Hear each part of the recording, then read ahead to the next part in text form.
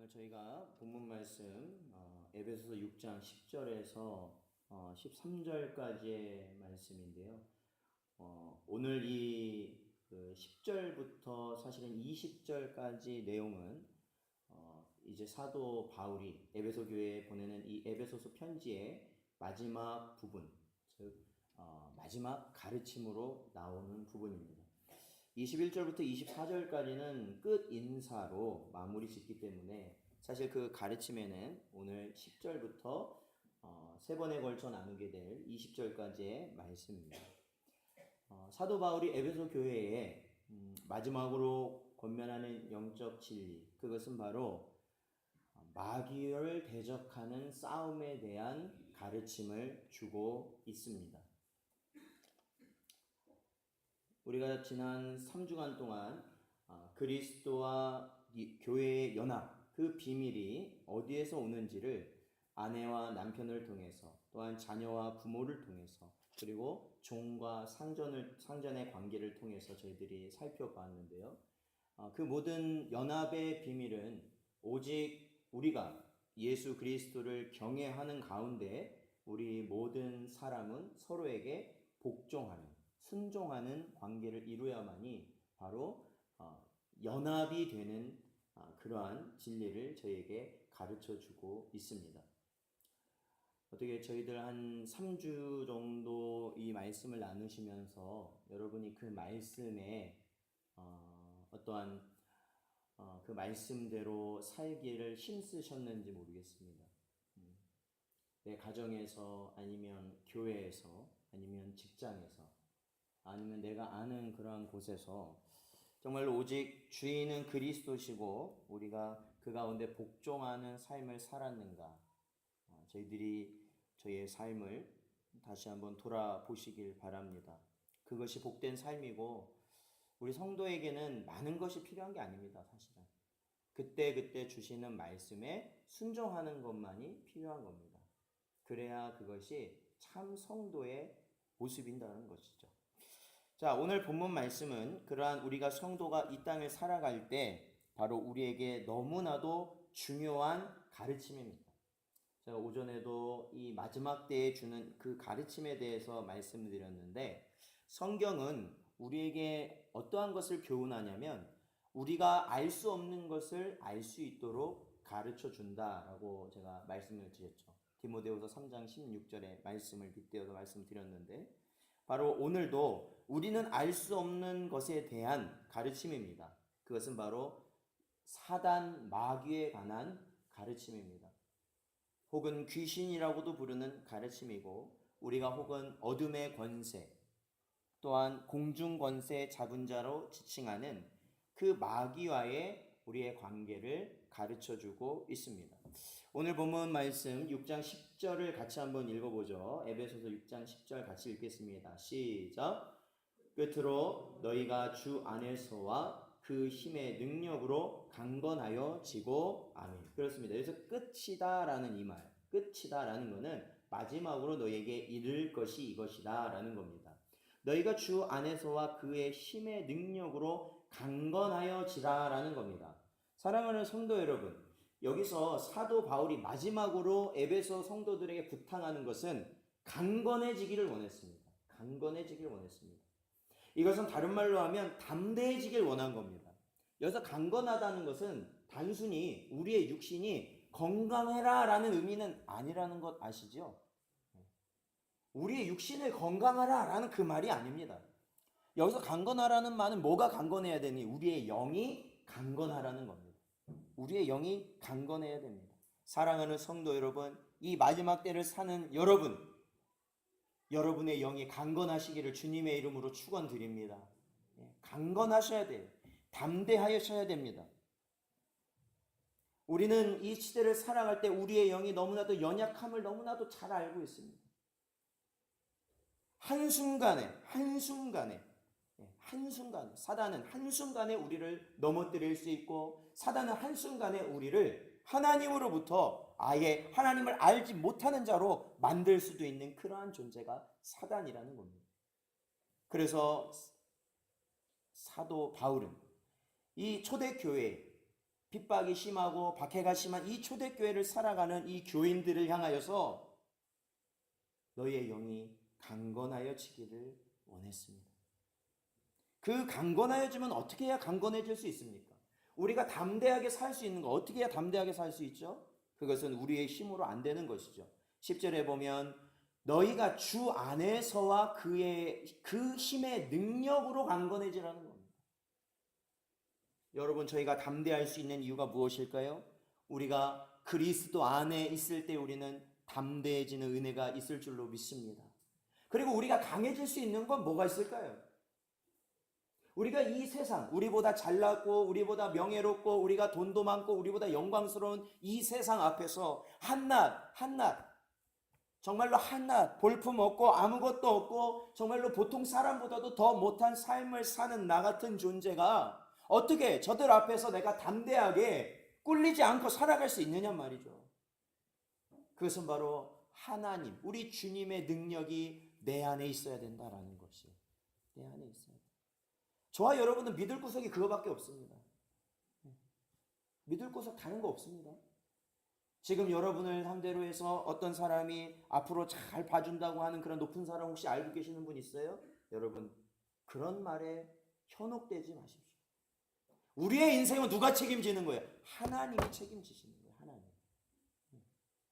저는 그런 말을 믿고 따라가는 그런 수많은 사람들을 봤습니다. 앞으로 내가 네 인생 책임질게 라는 그러한 사람의 말, 몇 년만 지나보시면 그 사람 온데간데 없습니다. 온데간데 없어요. 그리고 그런 말을 내가 너한테 언제 했느냐고 오히려 반문할 것입니다. 사랑하는 성도 여러분, 우리가 이 세상을 살아갈 때 강건해지는 것이, 우리의 영이 강건해지는 것이 바로 주님이 우리에게 원하시는 길이신 줄로 믿으시기 바랍니다. 그리고 나 자신을 바라보지 마세요. 나는 소심하고 나는 능력 없고 나는 다른 사람보다 못났다, 그런 생각 누가 주는지 아십니까? 사단이 주는 거예요. 사단. 마귀가 주는 거예요. 열등감, 그거 누가 줍니까? 마귀가 주는 겁니다. 열등감, 그거 마귀가 주는 거예요. 이 세상으로부터 영향을 받는 거예요. 제가 오전에도 하나 통계 보여드렸지 않습니까?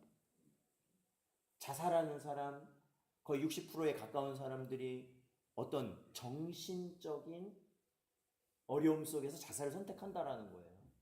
그럼 그 정신적인 어려움의 시작은 무엇일까라는 걸 생각해 보셨어요?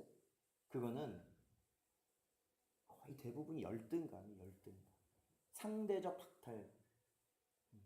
남은 저렇게 재밌게 노는데 나는 놀 수 없고, 남은 저렇게 잘 먹는데 나는 먹을 수 없고, 남은 저렇게 좋은 직장 가졌는데 난 가질 수 없고, 남은 저렇게 좋은 학교 다니는데 나는 가지지 못했고, 남은 저렇게 좋은 집에 사는데 난 좋은 집에서 살 수 없고, 남은 저렇게 온 가족이 화목하게 사는데 우리 가족은 화목하지 않고. 그것이 뭐예요? 내 마음에 스트레스가 작용합니다. 그게 열등의식인 거예요. 우리가 알지 못하게 되는 열등의식.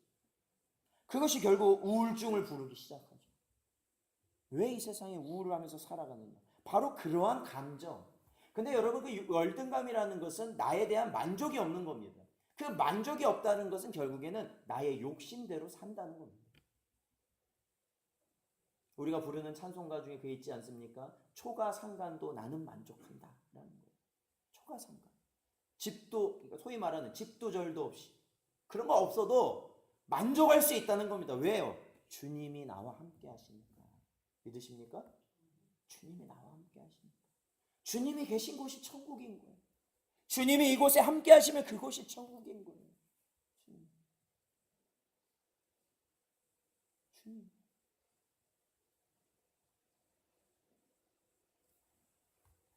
사랑하는 성도 여러분, 바로 우리가 이 세상을, 바로 이러한 세상의 마귀의 권세 가운데서도 우리가 약하여지지 않을 수 있는 것, 바로 주님으로부터 오는 권능으로 말미암아 우리가 강건해질 때 우리는 그러한 복을 누리게 될 줄로 믿습니다.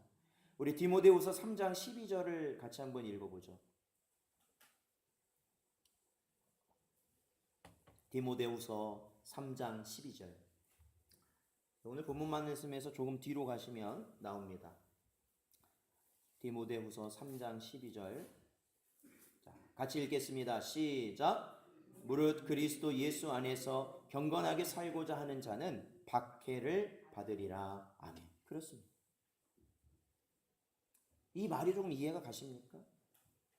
이 험난한 세상, 우리가 그리스도의 말씀대로 살려면 항상 어려움을 겪어야 되고 불이익을 당해야 되고 차별을 당해야 되고 항상 조롱과 놀림을 당해야 됩니다. 그럼에도 불구하고 우리가 그러한 가운데서 말씀에 순종한다는 것은 우리의 영이 담대하기 때문입니다. 담대하기 때문에. 우리의 영이 강하기 때문에 그렇습니다. 강하기 때문에. 오늘날 주변을 보십시오. 식당 가서 교인이라고 해서 기도하고 먹는 사람 없습니다. 자기 집에서도 안 그래요. 자기 집에서도. 그리고 물어보면 속으로 기도했다고 합니다.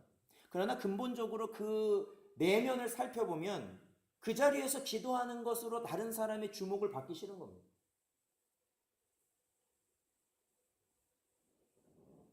간혹 필요할 때가 있어요. 속으로 기도할 때 필요할 때 있어요.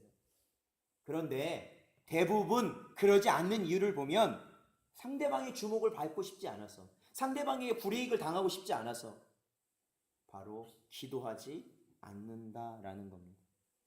요즘은 성경책도 가지고 다니지 않습니다. 저도 부끄럽지만 전도사 때까지만 해도 성경책을 교회에다 항상 두고 집에다 두고 가지고 다니지 않았습니다. 참 부끄러웠습니다. 나중에 보니까 그 참 부끄러운 일이더라고요. 제가 목사가 되고 나서 깨달았습니다. 만약 제가 이 길을 가는 도중에 말씀이 필요한 그 누군가를 만나면 나는 어떻게 그에게 전할 것인가? 사랑하는 성도 여러분, 우리는 하나님의 말씀을 항상 가까이 해야 돼요.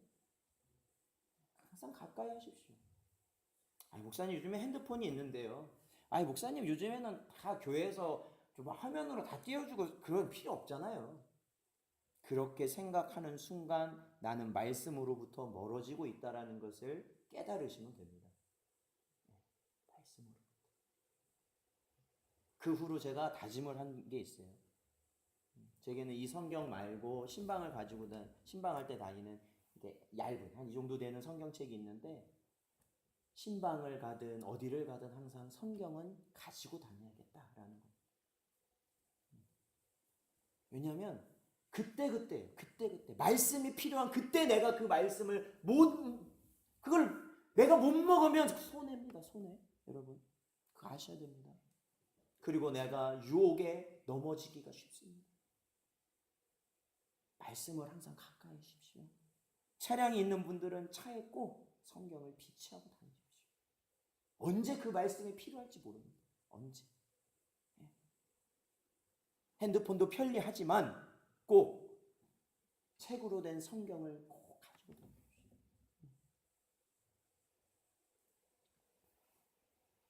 우리의 힘으로는 담대해지지 못하죠. 바로 하나님의 권능으로 우리의 영은 담대해질 수 있어요. 자, 그래서 오늘 본문 말씀에 보면 11절에 뭐라고 말하냐면 마귀의 관계를 능히 대적하기 위하여 하나님의 전신 갑주를 입으라 라고 말씀하고 있습니다. 자, 여기에 이제 마귀가 등장하죠. 마귀가 등장합니다. 보통 성경에 보면 이 마귀, 사단, 귀신, 이러한 악의 영, 이러한 표현들이 나오는데 쉽게 설명을 드리자면 용어적으로는 사단이 가장 높은 자리에 있는 존재입니다. 그리고 마귀는 그 수하에 있는 존재라고 볼 수 있습니다. 그런데 우리는 그냥 그것을 같은 부류로 여기면 됩니다. 그거에 대해서 너무 자세하게 우리가 생각할 필요는 없습니다. 그런데 이 사단과 마귀는 분명한 것은 사람이 절대로 상대할 수 없는 존재라는 겁니다. 왜요? 그들은 영적 존재거든요. 사람이 아무리 날고 기고 용을 써도 절대로 이길 수 없습니다. 사람과 마귀가 1대1로 붙는다? 아니요. 1대 이 지구상의 모든 존재가 붙는다? 그래도 사람이 절대 집니다. 마귀는 이길 수 없어요. 그러므로 여러분, 마귀에 대해서 너무 교만한 생각을 하시면 그것도 곤란합니다. 마귀를 너무 쉽게 보면 안 돼요. 오늘 본문에도 마귀의 관계라고 말하고 있습니다. 관계. 이 관계라는 표현은 이 계략이라는 말도 같은데 이것은 아주 교묘하게 우리를 속인다라는 말입니다. 쉽게 말하면. 본인들만 멸망의 지옥으로 가는 것이 아니라 이 세상 모든 사람들을 교묘히 속여서 그 멸망의 곳으로 함께 가기를 원하는 존재들이 바로 사단과 마귀들이라는 거죠. 다시 한번 말씀드려요. 교묘히 속인다. 교묘히. 그냥 쉽게 말하면은 차라리 우리가 무서운 영화 볼 때 어두운 데서 갑자기 훅 이렇게 나타나는 마귀라면 차라리 쉽습니다. 눈에 확 보이잖아요. 그리고 마귀가 귀신들은 막 피 흘리고 있고 막 이렇게 막 돼 있어서 누가 봐도 귀신이잖아요. 그런데 성경에서 말하는 사단과 마귀는 그렇게 하지 않는다는 거예요. 아주 교묘하게 양의 탈을 쓰고 빛의 자녀의 옷을 입고 우리를 넘어뜨리려 하는 존재가 마귀라는 겁니다. 자, 고린도후서를 한번 찾아보겠습니다. 고린도후서 11장 3절.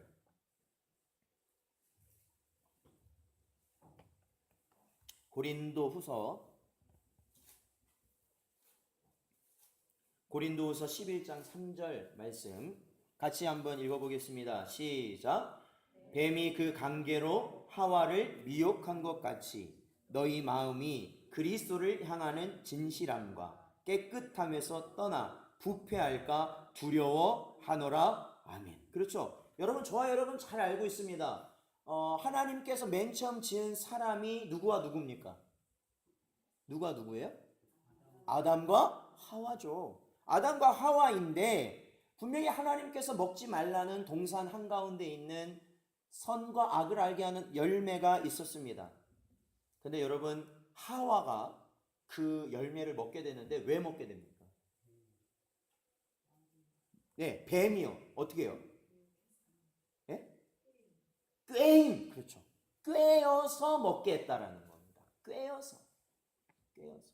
그게 뭐예요? 고린도후서 11장 3절에 관계로 하와를 미혹하였다라고 말하고 있죠. 관계로. 오늘 에베소서 본문 말씀에도 나오지 않습니까? 마귀의 관계입니다. 마귀의 관계. 여러분, 여러분의 생각으로 마귀의 관계요? 절대 이길 수 없습니다. 절대. 그렇죠?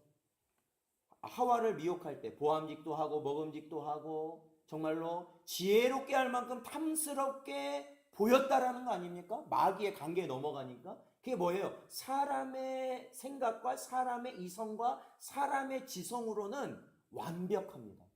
마귀의 관계는 깨트릴 수가 없어요. 그래서 걸려드는 거예요, 거기에.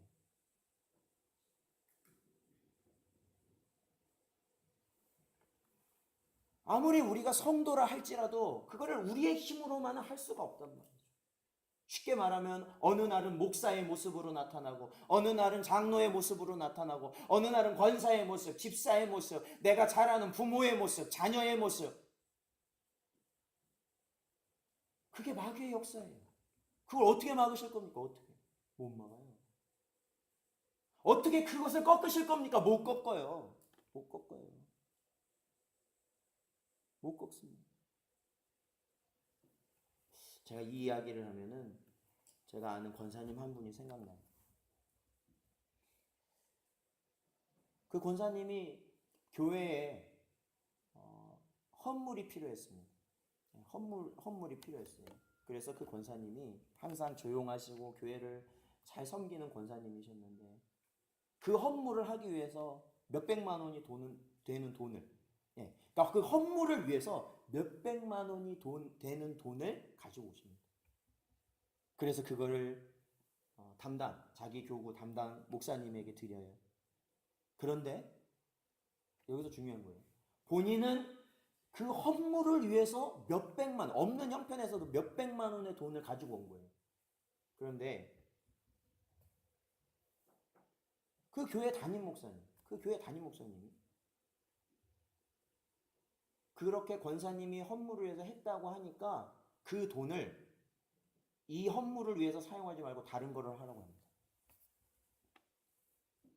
다른 거.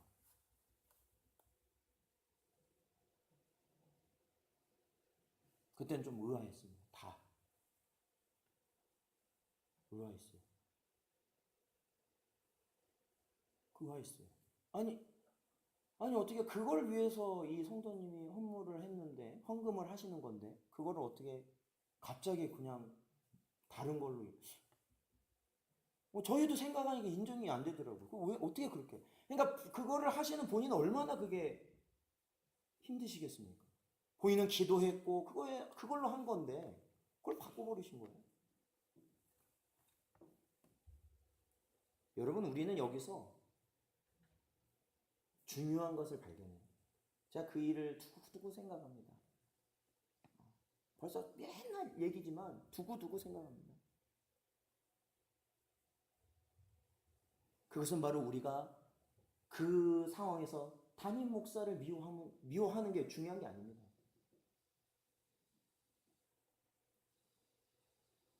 그렇죠. 만약에 그 순간에 그것이요. 만약에 거기에 불순종함으로 인하여서 그것이 틀어져서 그 성도에게는 상처가 되고 그것이 시험이 됐다면 결국에는 그것은 누구의 승리로 끝나는 싸움이냐면 바로 마귀의 승리로 끝나는 싸움입니다. 저는 그 권사님이 그 일이 있고 나서 그 주간 내내 교회에 나와서 아무 말 없이 기도하셨던 모습을 생각합니다. 아무 말 없이 기도하셨어요. 그 일에 대해서는 아무 말 하지 않으셨어요. 그리고 기도만 하시더라고요. 주변에서 아무리 들고 일어서고 이것은 아니라고 말을 해도 그 권사님은 말하지 않으셨어요. 그 일에 대해서 말하지 않으셨어요. 그리고 기도하시더라고요. 그래 한 주간을 기도하시더니 그 다음 주에 그 권사님은 그 일을 자신이 드린 헌금은 담임 목사님께서 하고자 하는 그 일을 위해 드린 것이다 라는 결론을 내셨죠. 그게 승리였어요. 저는 그게 너무 감사했고 그 일이 너무 감사했고, 분명히 그것은 이 마귀와 사단의 싸움에서 승리한 성도의 모습을 보았던 정말로 저에게 힘이 되고 정말로 귀한 은혜의 시간들이었습니다. 그래서 우리에게는 필요한 것이 있습니다.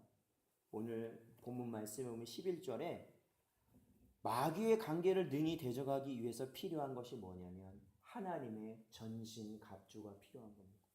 전신갑주. 이 전신갑주라는 것은요, 요즘 말로 하면 군인들이 하는 완전 군장을 의미합니다. 즉 전쟁을 할 때 필요한 모든 것을 갖춰야 된다는 것이에요. 필요한 모든 것. 저도 군 시절에 처음에 완전 군장 하는 게 너무 어려워가지고 거기 보면 뭐 물품, 속옷, 양말, 뭐 개수까지 다 있거든요. 그걸 다 그대로 넣어야 됩니다. 그대로 넣으면은 그게 이제 뭐 20kg 넘어가고 30kg 가까이 되고 뭐 이제 그렇게 되는 거죠. 그리고 그것만 있는 게 아니라 자기 개인 화기, 무기 그런 것도 다 장착을 해야 되는 거죠. 다 해야 됩니다. 다. 그게 완전 군장인 거죠. 그게 왜 필요합니까? 물론 훈련할 때 그게 굉장히 번거롭고 굉장히 힘들어요. 그러나 진짜 전쟁이 나게 되면은 그 최소한 군인 한 명이 그 정도의 물품을 가지고 있어야 전쟁을 원활히 수행할 수 있기 때문입니다. 싸울 수가 있기 때문에 그렇다라는 거예요. 당시에 에베소 교회가 있던 당시에도 아주 유명한 군인들이 있었습니다. 그거는 로마 군인입니다. 로마 군인이에요. 로마 군인은 어디를 가든지 승리했습니다. 거의 대부분 승리했어요. 어느 나라를 가든 그들은 승리하고 돌아왔습니다.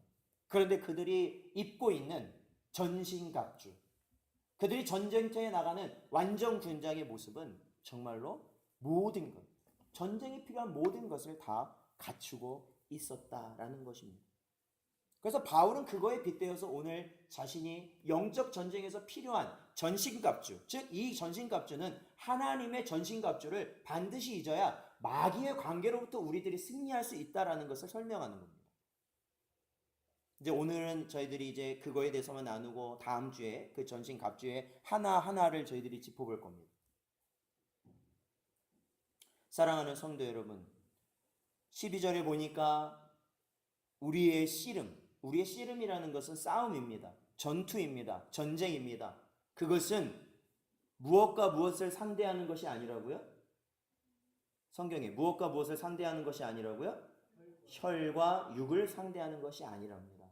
혈과 육이 뭡니까? 무엇을 지칭할까요? 사람이 아니라는 거예요. 사람이. 여러분, 절대로 사람하고 싸우지 마십시오. 사람하고 싸우는 게 아닙니다. 이 뒤에 나오는, 그렇죠? 통치자, 권세들, 이 어둠의 세상의 주관자들, 하늘에 있는 악의 영들. 그러니까 이 혈과 육과 그러니까 이 혈과 육과 반대되는, 그렇죠? 우리가 싸워야 하는 대상은 혈과 육이 아니라 그 뒤에 나오는 통치자, 권세, 어둠의 세상, 주관자, 하늘에 있는 악의 영들이라고 불리우는 사단과 마귀라는 겁니다. 그러니까 우리는 아까도 말씀드렸죠? 교회에서 직분자나 교육자들과의 관계 가운데서도 우리는 그들과 싸우는 게 아닙니다. 누구랑 싸워야 되는 거예요? 내 안에 역사하는 마귀와 싸워야 된다는 겁니다.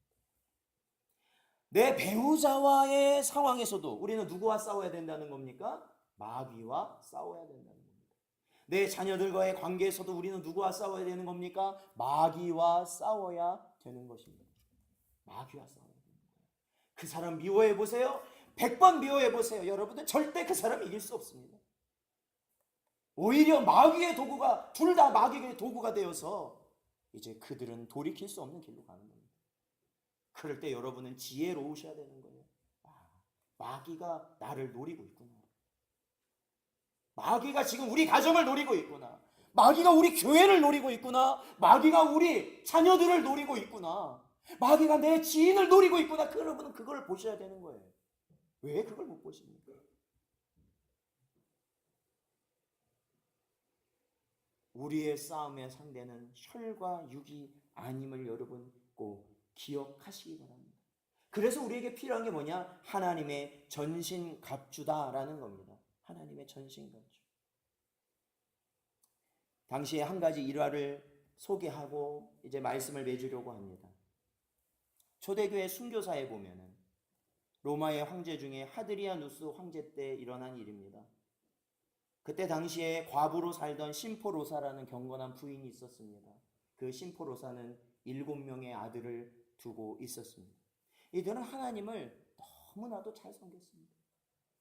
그 7명의 아들들도 역시 하나님을 잘 섬기는 가정이었습니다. 그러나 당시 로마 제국의 다스림 속에서는 하나님을 믿는다, 예수님을 믿는다는 것 곧 죽음을 의미하는 때였습니다. 그럼에도 그들은 그 경건을 잃지 않고 계속 지켜나갔습니다. 그들에게는 재물도 있었습니다. 그들에게는 주변에 명망도 있었습니다.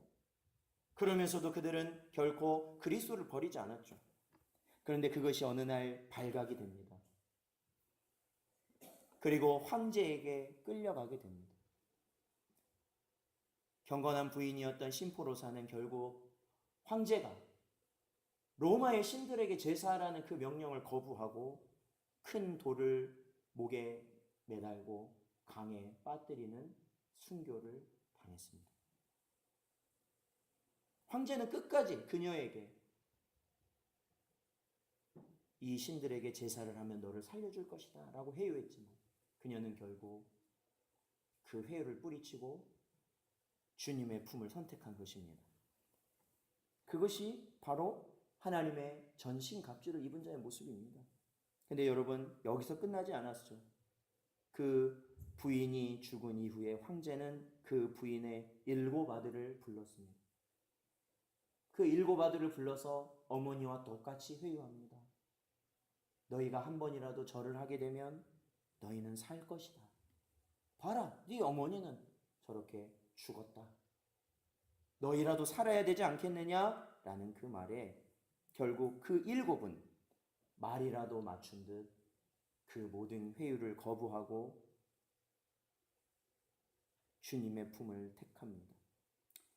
역사 기록으로는 첫째인 크리켄스는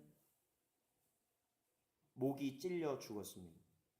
둘째인 율리아누스는 가슴을 찔려 죽였고 셋째인 네메시우스는 심장을 찔려 죽었고 넷째인 프리미티부스는 배를 찔러 죽였고, 다섯째 유스티누스는 등을 앞으로 한 후에 뒤에서 검을 찔러 죽였고, 여섯째 스트락테우스는 옆구리를 찔러 죽였고, 일곱째 유게니우스는 머리에서 아래로 둘로 갈라서 죽였습니다. 그들은 왜 그 길을 갔을까? 어떻게 그 죽음이라는 공포를 이기고 갔을까? 그것은 하나님의 전신갑주가 그들의 영에 무장되었기 때문입니다.